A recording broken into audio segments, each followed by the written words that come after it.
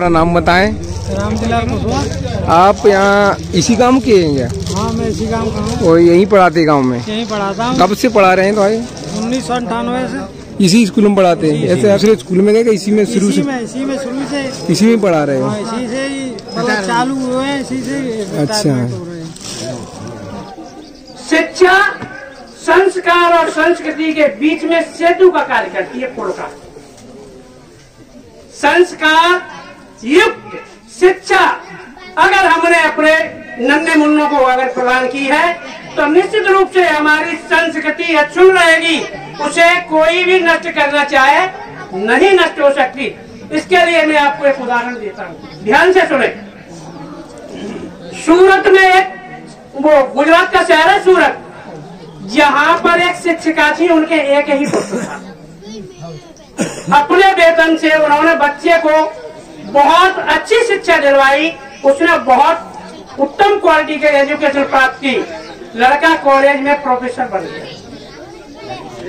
उस लड़के की शादी एक वेल एजुकेटेड बाला से हो गई। सौभाग्य से, उनका सौभाग्य कहेंगे, वो लड़की भी कॉलेज में असिस्टेंट प्रोफेसर हो गई। फैमिली बहुत अच्छी शिक्षा दी, क्योंकि शिक्षिका महोदय ने अपने बच्चे को शिक्षा पर बहुत अच्छा ध्यान दिया। दुर्भाग्य क्या हुआ कि उन शिक्षिका महोदया को पैरालिसिस पड़ गया, फालिस जिसे हम अपनी ग्रामीण भाषा में कहते हैं। तो वो जो है शरीर से अशक्त हो गई।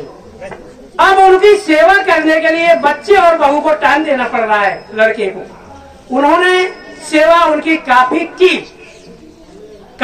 लेकिन उनकी जो सुख सुविधाएं थी उनमें वो बाधा महसूस करने लगे कि माता जी से बड़े परेशान हैं। एक दिन का वाकया सुने आप। 10 मंजिल की बिल्डिंग, मल्टी होती है सिटियों में, महानगर होती है, मल्टियां होती हैं, तो 10 मंजिल की मल्टी थी। उसमें 6वीं मंजिल पर प्रोफेसर महोदय का फ्लैट था। माँ को उसी में रखते थे। तो माँ की सेवा से परेशान हो चुके थे अंदर ही अंदर, लेकिन प्रदर्शन नहीं कर पा रहे थे। एक दिन उन्होंने क्या किया कि घुमाने के बहाने, चलो माता जी आपको ऊपर जो है ले चलते, बहुत दिन हो गए इस फ्लैट में, तो आपका मन कुछ हरा हो जाएगा, अपनी ग्रामीण भाषा में चलो मन हरा हो जाएगा। तो शाम के समय वो उनको सहारा देते हुए पति पत्नी दोनों 10वीं मंजिल की छत पर ले गए और वहां घुमाने के बहाने ले गए। मल्टियों में तो कैमरे रहते हैं बड़ी बड़ी बिल्डिंगों में। वो सोच रहे थे कि अंधेरा है, कौन देखेगा, शाम का समय था। माता जी को उन्होंने ऊपर की छत से नीचे डाल दिया। देखिए नीचे गिरा दिया, क्यों कि मुक्ति पाने के लिए उनसे। अब यहाँ हम सोचें, यदि उस बच्चे को संस्कार युक्त शिक्षा मिलती तो ऐसी गलती जीवन में कभी नहीं करता। बच्चे को शिक्षा उत्तम क्वालिटी की मिली, लेकिन संस्कार नहीं। तो मेरा यहाँ जो भी मेरे साथी बैठे हुए हैं, पालकगण बैठे हुए हैं, बच्चों में संस्कार जरूर डालें। और संस्कार विद्यालय एवं घर से प्राप्त होते हैं। बच्चे अनुशासित रहेंगे तो ही निश्चित रूप से जो है इस समाज को बचाया जा सकता है। शिक्षक राष्ट्र निर्माता कहते हैं इसको। राष्ट्र का निर्माण और विनाश शिक्षक की झोली में होता है। देखिए निर्माण क्या है? किसी चीज का सृजन करना, यह निर्माण है। राष्ट्र निर्माता तो हम हो गए, लेकिन वो होगा कैसे? क्या ईंट और जो है गारे से निर्माण होना है? देखिए ऊंची ऊंची बिल्डिंगें, इमारतें दिखने में जरूर अच्छी लगती हैं। यदि संस्कारवान फैमिली एक झोपड़ी में रहती है तो निश्चित रूप से वहाँ बहुत खुशी मिलेगी आपको। आप खुश कितने हैं, ये आपकी दौलत, आपकी प्रॉपर्टी, उससे आपकी गाड़ी से बिल्कुल आकलन नहीं हो सकता। ये सुख सुविधाएं जीवन को रंगीन कभी नहीं बनने देनी। आप अंदर से कितने खुश हैं, उसको हम कहेंगे कि आपके पास असली सुख है। धन दौलत बहुत इकट्ठा कर लिया, लेकिन अंदर दुखी है। क्यों? बच्चे से परेशान है, बहू से परेशान है, भाई से परेशान है। ये चीजें आपको अंदर से खुश नहीं रहने देंगी। आप बाहर भले ही हंस के निकले, लेकिन अंदर जाके आपको निश्चित रूप से जो है कहीं न कहीं कलह प्राप्त होगी।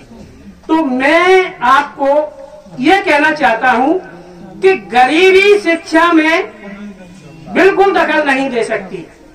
इन विद्यालयों में गरीब बच्चे आ रहे हैं, समाज के संभ्रांत लोग बैठे हुए हैं, मेरी बात सुन रहे हैं, जिनके पास जरा सी भी व्यवस्था है वो कॉन्वेंट में बच्चों को भेजते हैं, कॉन्वेंट में।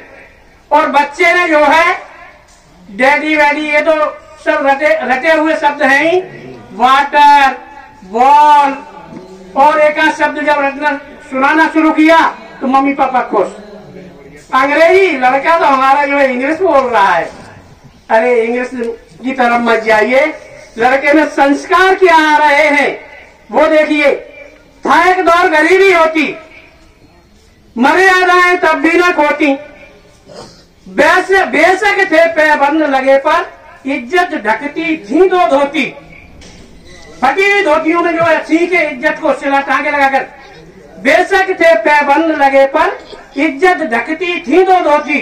लेकिन अब तो पश्चिम रंग रंगे हैं, अब तो पश्चिम रंग रंगे हैं, फटी जीन्स यूं भिकमंगे हैं।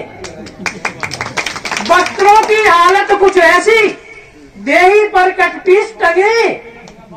ऐसी हालत तब है जबकि गली गली बीमार हो गए। और हम कितने स्मार्ट हो गए, हम इतने स्मार्ट हो गए कि जो है फटी जींस लटका ली, फटे कपड़े पहन लिए, पैसे वाले। और देखिए क्या हो गया है इस देश को, खाकर जिनका दाना पानी माता पिता बच्चे को पालते हैं, अपनी सुविधाओं को जो है आहुति दे देते हैं। और वही बच्चे जब लायक हो जाते हैं तो वो नालायकी, जरा ध्यान है, बच्चों को सुविधाएं प्रदान करते हैं। और वही बच्चे जब लायक हो जाते हैं तो माँ बाप के लिए वो नालायक हो जाते हैं। खाकर जिनका दाना पानी, दो बच्चे हैं किसी के, माता पिता वृद्ध हो गए, ऐसा करो मम्मी को तुम रख लो, पापा को हम, मम्मी तुम्हारे साथ खाएंगी, पापा हमारे साथ खाएंगे। अगर पापा ही अकेले बचे या मम्मी अकेली बची तो ऐसा करना, मम्मी को सुबह तुम खवाना, शाम को हम खवाएंगे। नहीं, एक महीने तुम रख लो, दूसरे महीने हम खिलाएंगे। भले 30 दिन 31 का महीना है तो एक दिन मम्मी भूखी बनी रहेगी। देखिए क्या हालत हो गई है।